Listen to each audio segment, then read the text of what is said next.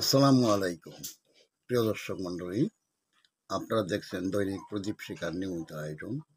এখন আমাদের সঙ্গে যোগ দিচ্ছেন থেকে আমি মনোজ দাস। এখনকার আলোচনার বিষয় বাংলাদেশের নির্বাচন এবং কোন দল আসবে দেশের ক্ষমতায়, কে হবেন প্রধানমন্ত্রী, এবং আরো বিশেষ করে কি আছে সেনাপ্রধান ওয়াকারুজ্জামানের মনে। কারণ বাংলাদেশের একটি শিশুও জানে যে দেশের ক্ষমতার আসল রাশ আছে সেনাপ্রধানের হাতেই। সুতরাং একটা বড় প্রশ্ন, জেনারেল ওয়াকারুজ্জামান কি চান? পরম্পরাগতভাবে বাংলাদেশ সেনার সাইকি বা মানসিকতা পাকিস্তান সেনার মতো, দেশের ক্ষমতায় নিজেদের প্রতিষ্ঠিত করা। বেসামরিক শাসন নামমাত্র পাকিস্তানে, আসল ক্ষমতা সেনার হাতে। তারপরেও সেনার খিদে যখন মেটে না, তখন কু বা অভ্যুত্থান ঘটিয়ে ক্ষমতা পুরোপুরি দখল করে। এমন ঘটনা যেমন পাকিস্তানে তেমন বাংলাদেশে একাধিকবার ঘটেছে। সেই পথে কি চলতে চাইছেন জেনারেল ওয়াকারুজ্জামানও? বিএনপি ক্ষমতায় এলে ওয়াকারুজ্জামানের বিপদ। কারণ গ্রেনেড হামলার পরে তারেক রহমানের মেরুদণ্ড ভেঙে প্রায় অথর্ব করে দিয়েছিল যারা, তাদের নেতৃত্বে ছিলেন ওয়াকারুজ্জামান। ওয়াকারুজ্জামান তাই কি চাইছেন এরশাদ ও জিয়ার মতো রাজনৈতিক দল তৈরি করে বা নেতৃত্ব দিয়ে রাজনৈতিক দলের নিজেকে রাষ্ট্রপ্রধান হিসেবে প্রতিষ্ঠিত করতে? এমন সন্দেহ করার যথেষ্ট কারণ আছে। এই ব্যাপারে শেখ হাসিনাবিহীন আওয়ামী লীগ তার টার্গেট। স্বচ্ছ আওয়ামী লীগের নামে আওয়ামী লীগের দখল নিয়ে ভোটে নামার ভাবনা কয়েক মাস আগেই প্রকাশ হয়ে গেছে ওয়াকারুজ্জামানের। ঢাকার ক্যান্টনমেন্টে ডেকে মনের কথা জানান তিনি হাসনাত আব্দুল্লাহ ও সার্জিস আলমকে। তারা কয়েকদিন পরে সে কথা ফাঁস করে দেন। ফলে এই চেষ্টা আর গোপন নেই। কিন্তু গোপন নেই বটে, তাই বলে চেষ্টা যে বন্ধ হয়েছে তা নয়। ওয়াকারুজ্জামানের সেই চেষ্টা কিন্তু অব্যাহত। চেষ্টাটা কি? সামনাসামনি আওয়ামী লীগের যারা নেতৃত্বের পরিবর্তন করে স্বচ্ছ নেতৃত্ব নিয়ে আসা। আচ্ছা, এই ব্যাপারে ওয়াকারুজ্জামানের এত কেন, এই ব্যাপারে তার নজর কেন এত কিন্তু কেন তিনি চাইছেন এই ব্যাপারটা? তার কারণ আছে, আস্তে আস্তে আসবো সেই প্রসঙ্গে।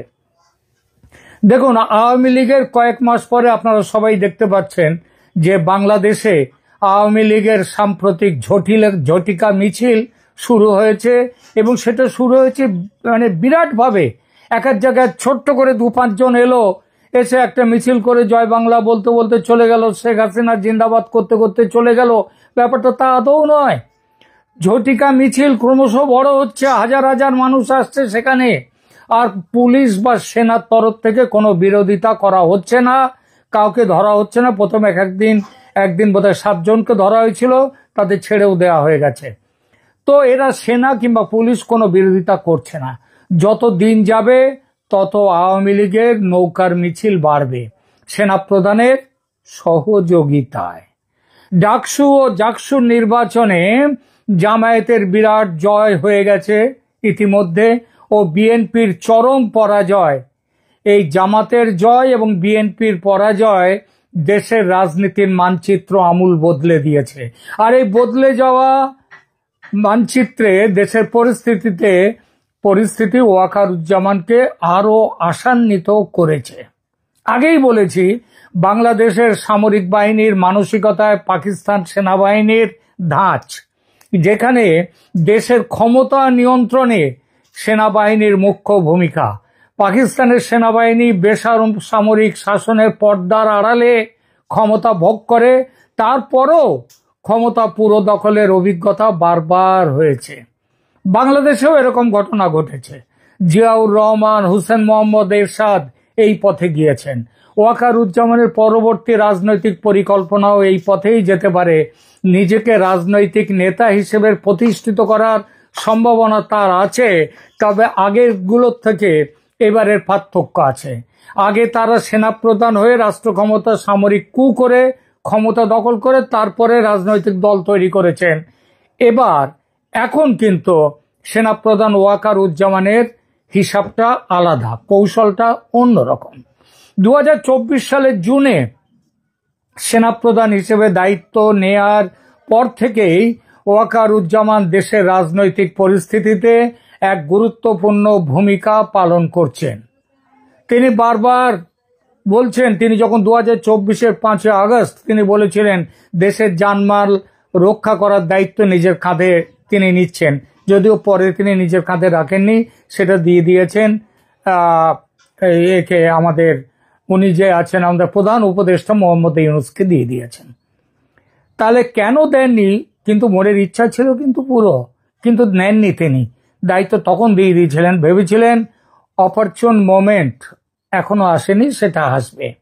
তো তারপর থেকেই জুনে সেনাপ্রধান হিসেবে দায়িত্ব নেওয়ার পর তিনি আগস্টেই 5 আগস্টেই তিনি এই ব্যাপারটা হয়ে গেল বাংলাদেশে। শেখ হাসিনা চলে এলেন ভারতে।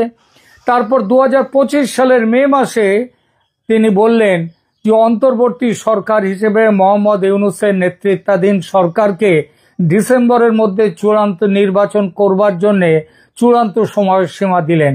এটা শুধু প্রশাসনিক দাবি কিন্তু নয়, বরং ওয়াকারুজ্জামানের রাজনৈতিক কৌশলের অংশ। একই সঙ্গে তিনি জোর দিলেন কি দেশের সার্বভৌমত্ব রক্ষা, দেশের রাজনৈতিক অস্থিরতা দূর করা, সবাইকে তিনি সতর্ক হতে বললেন। এইসব করে তিনি কোথায় যেতে চাইলেন আপনারা খেয়াল করে দেখবেন। এইসব কথাগুলো বলবার সঙ্গে সঙ্গেই দেশের মানুষ যারা সেনা শাসন চায় না তারাও পর্যন্ত বলল ওয়াকারুজ্জামান ক্ষমতা নিন, এই মোহাম্মদ ইউনূস এবং তার সরকার চলে যাক। তো সেনাপ্রধান হিসেবে তিনি তার প্রাথমিক কাজগুলো করে নিয়েছেন। এখানে রাজনৈতিক নেতা হিসেবে কি করে নিজেকে প্রতিষ্ঠা করবেন, কিভাবে দেশের ক্ষমতায় তিনি বসবেন। সেনাপ্রধান হিসেবে তার এই যে কৌশল, তার সবচেয়ে বড় উদ্বেগ সেটা হলো বিএনপির রাজনৈতিক উত্থান নিয়ে। 2004 সালের কেন এই এত উদ্বেগ তার? তাহলে একটা পুরনো ঘটনার কথা একটু বলতে হয়। 2004 সালের গ্রেনেড হামলার সময় তারেক রহমানের বিরুদ্ধে পরিচালিত তদন্তে ওয়াকারুজ্জামানের সিদ্ধান্ত ও নেতৃত্ব বিএনপির জন্য রকমারি বিপদ হয়ে দাঁড়িয়েছে। তারেক রহমান মামলার আপিলেও সুপ্রিম কোর্ট 2025 সালের সেপ্টেম্বর মাসে সাম্প্রতিক সিদ্ধান্তে তাকে খালাস দিয়েছে, যেটা আবার সেনাপ্রধানের জন্য উদ্বেগের কারণ। বিএনপি ক্ষমতায় যদি আসে তাহলে সেনাপ্রধান জানেন তার বিরুদ্ধে প্রতিশোধমূলক ব্যবস্থা নেবে। কেন নেবে? তার কারণ হচ্ছে ওই গ্রেনেড হামলার সময় যারা ওই তারেক রহমানের পিঠের মেরুদণ্ড ভেঙে দিয়েছিল, সেই ভেঙে দেওয়াটা জানা যায় এটা এই ওয়াকারুজ্জামান তখন সেনাপ্রধান অবশ্যই নন, কিন্তু তার নেতৃত্বেই এটা ঘটেছিল। সুতরাং এই হুমকির সম্মুখীন হয়ে ওয়াকারুজ্জামান রাজনৈতিক হাতিয়ার হিসেবে একটি স্বচ্ছ আওয়ামী লীগ গঠনের চিন্তা ভাবনা অনেকদিন আগের থেকেই করেছেন। এই যে চিন্তা স্বচ্ছ আওয়ামী লীগ, এটা মূল আওয়ামী লীগকে শেখ হাসিনা থেকে বিচ্ছিন্ন করে একটি নতুন রাজনৈতিক দল হিসেবে গণ্য করে ভোটের ময়দানে লড়াই করার কৌশল। নাম থাকবে আওয়ামী লীগ, প্রতীক থাকবে নৌকা, কারণ এটাই তো হচ্ছে আওয়ামী লীগ এত বছর ধরে এই দুটো জিনিসকে প্রতিষ্ঠিত করে গেছে বাংলাদেশের মানুষের মনে। সেই হিসেবে ওইভাবে নতুন রাজনৈতিক দল হিসেবে আওয়ামী লীগকে দখল করে নিয়ে ভোটের ময়দানে লড়াই করার কৌশল নিয়েছেন ওয়াকারুজ্জামান। হাসনাত আব্দুল্লাহ সার্জিস আলমের সঙ্গে গোপন আলোচনার বিষয়টি ফাঁস হওয়ার পর একথা সামনে এসেছে। আওয়ামী লীগের সাম্প্রতিক মিছিল আপনারা দেখছেন কিভাবে মিছিল হচ্ছে, কিন্তু কেউ কোনো জায়গায় বাধা দিচ্ছে না। এই আওয়ামী লীগের সাম্প্রতিক মিছিল যাতে কোনো রকম পুলিশি বা সেনা বাধার মুখে না পড়ে সে ব্যবস্থা করে দিয়েছেন কিন্তু ওয়াকারুজ্জামান, এবং সেটাও এই কৌশলের সঙ্গে সম্পর্কিত। ছাত্র রাজনীতিতেও জামাতের হাত আটকে যাচ্ছে না। 2025 সালের ডাকসু ও জাকসু নির্বাচনে জামাতের ছাত্র সংগঠন ইসলামী ছাত্র শিবির ঐতিহাসিকভাবে বিজয়ী হয়েছে, যেখানে বিএনপির যে ছাত্রদল বড় পরাজয়ের সম্মুখীন হয়েছে।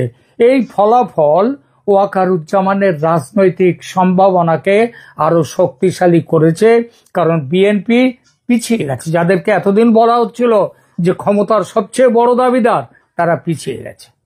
এতদূর এসে দেখা যাচ্ছে ওয়াকারুজ্জামান ইতিহাসের গোপন পথ অনুসরণ করছেন, যেমন করেছিলেন কিন্তু জিয়াউর রহমান ও হোসেন মোহাম্মদ এরশাদ। তারা তাদের নিজস্ব রাজনৈতিক দল প্রতিষ্ঠার মাধ্যমে সামরিক ক্ষমতা থেকে রাজনৈতিক ক্ষমতা দখল করেছিলেন। আজকের দিনে সেনাপ্রধানও সেই পথ অনুসরণ করতে চলেছেন।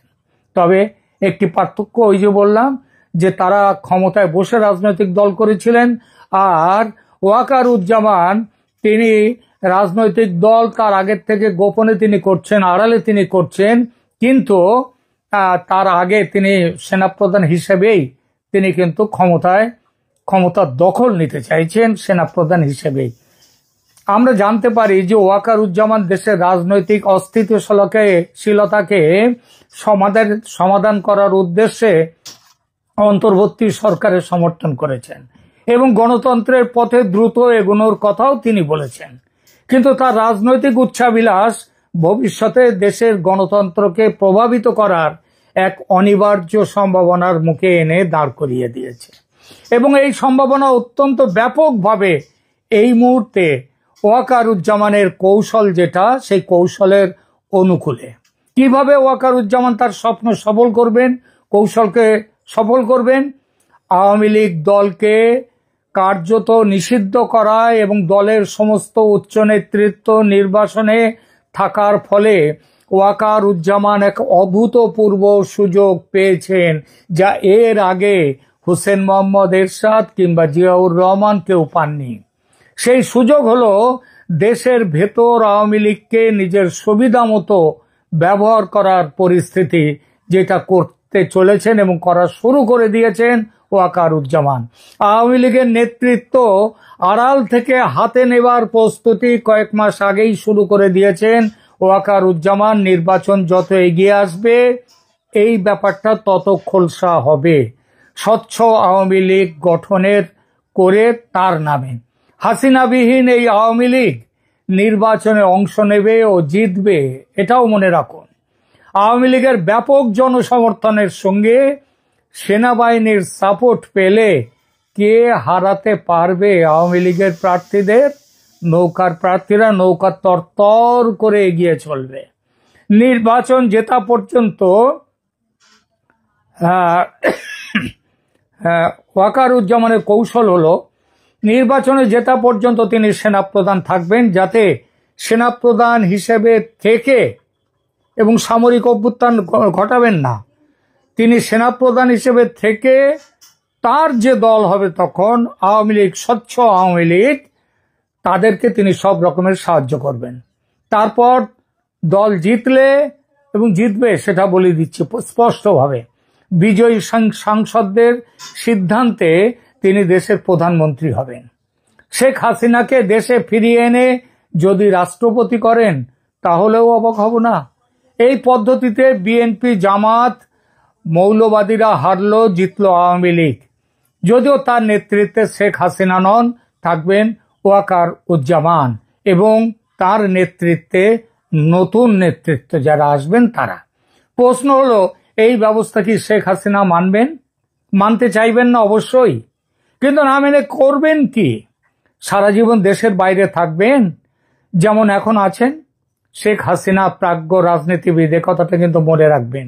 তিনি অন্ধের মতো বিরোধিতা করবেন না, বরং আপাতত ওয়াকারুজ্জামানের সঙ্গে সমঝোতায় আসবেন তিনি এবং সুযোগ খুঁজবেন ভবিষ্যতে কিভাবে আওয়ামী লীগকে সমহিমায় তার নেতৃত্বে ফিরিয়ে আনা যায়। কিভাবে হতে পারে এই সমঝোতা, বলবো সে কথা।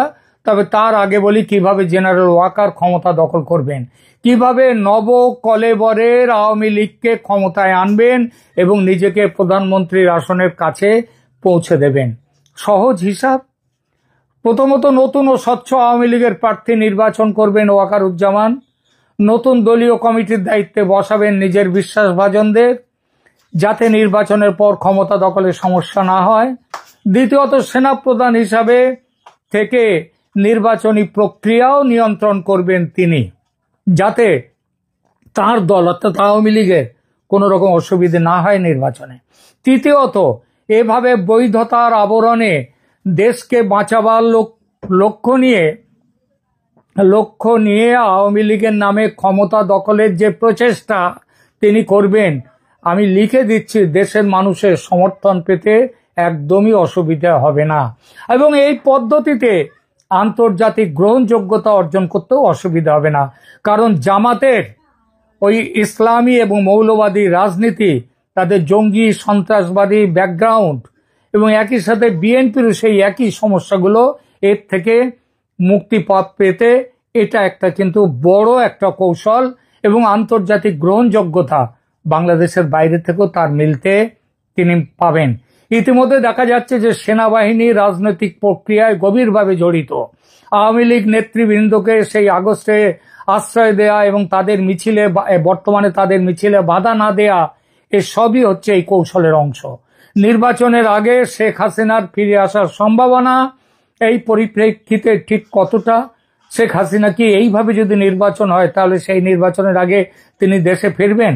আমার ধারণা সে সম্ভাবনা কম।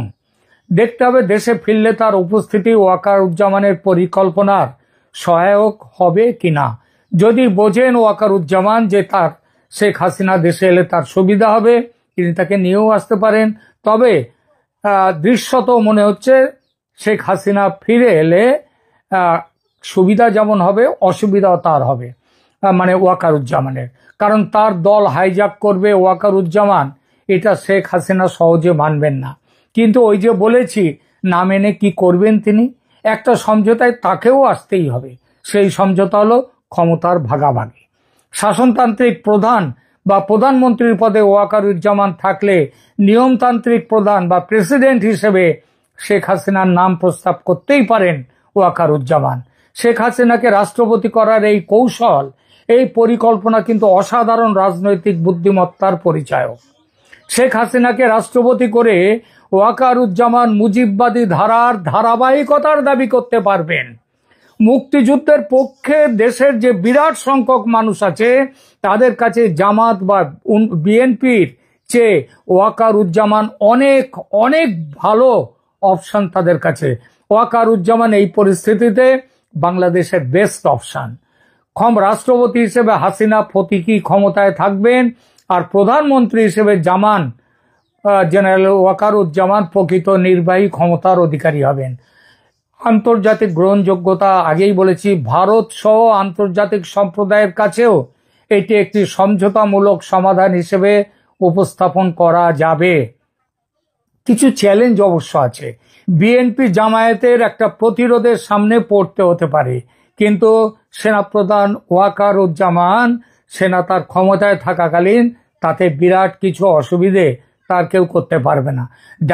জাকসুতে জামায়াত যতই জিতুক এবং বিএনপি দুর্বল, তা সত্ত্বেও তারা মিলেমিশে ওয়াকারুজ্জামানের কৌশলের বিরুদ্ধে রাস্তায় নামতে পারে। হাসনাত আবদুল্লাহ, সার্জি সালামের মতো নেতারাও এই পরিকল্পনা জেনে তো গেছেন তারা অনেক দিনে, কিন্তু তাদের অবস্থা এখন খারাপ। তারা এই পরিস্থিতিতে বরং ওয়াকারুজ্জামান ক্ষমতায় থাকলে তাদের একটা সেফ এক্সিট না হোক, ভবিষ্যতে তাদের যে বড় কোনো দুর্ভোগের মধ্যে পড়তে হবে না, সেটাও কিন্তু তারা ভাবছে। আমার মূল্যায়ন যেটা হচ্ছে, 90, এই যে কথাগুলো বললাম, ওয়াকারুজ্জামানের প্ল্যান ইত্যাদি, এগুলো 90% সম্ভাব্য বলে আমি ব্যক্তিগতভাবে মনে করি। কারণ ঐতিহাসিক নজির আছে। এরশাদ ও জিয়ার মতো সাময়িক নেতারাও এই একই পথ ধরেছিলেন। আর তাছাড়া বর্তমান রাজনৈতিক শূন্যতায় এই কৌশলের জন্য আদর্শ পরিবেশ তৈরি করেছে, এবং সেই পরিবেশে ওয়াকার ইজ দ্য ফিটেস্ট। এই পরিকল্পনার সফলতা নির্ভর করবে নির্বাচনী ব্যবস্থাপনায় সেনাবাহিনীর দক্ষতার উপর, আওয়ামী লীগের সাংগঠনিক পুনর্গঠনের গতির উপর। সেটা হবেই, কারণ ওয়াকারুজ্জামান নিজেই সেটা পেছন থেকে দেখবেন। আর বিরোধী দলগুলোর প্রতিরোধের মাত্রার উপর আমার মনে হয় না খুব বেশি প্রতিরোধ তারা গড়তে পারবে, কারণ গত বছরের প্রতিরোধের পর মানুষ দেখেছে যে এদের আসল চেহারাগুলো কি। সুতরাং ওয়াকারুজ্জামান মনে হয় নির্বাচন উত্তর বাংলাদেশের ক্ষমতা ওয়াকারুজ্জামানের হাতে থাকবে। কিন্তু সামরিক ও অভ্যুত্থান ঘটিয়ে নয়, নির্বাচনের মাধ্যমে। এখানেই রাখছি এখনকার মতো। ভালো থাকবেন, ধন্যবাদ।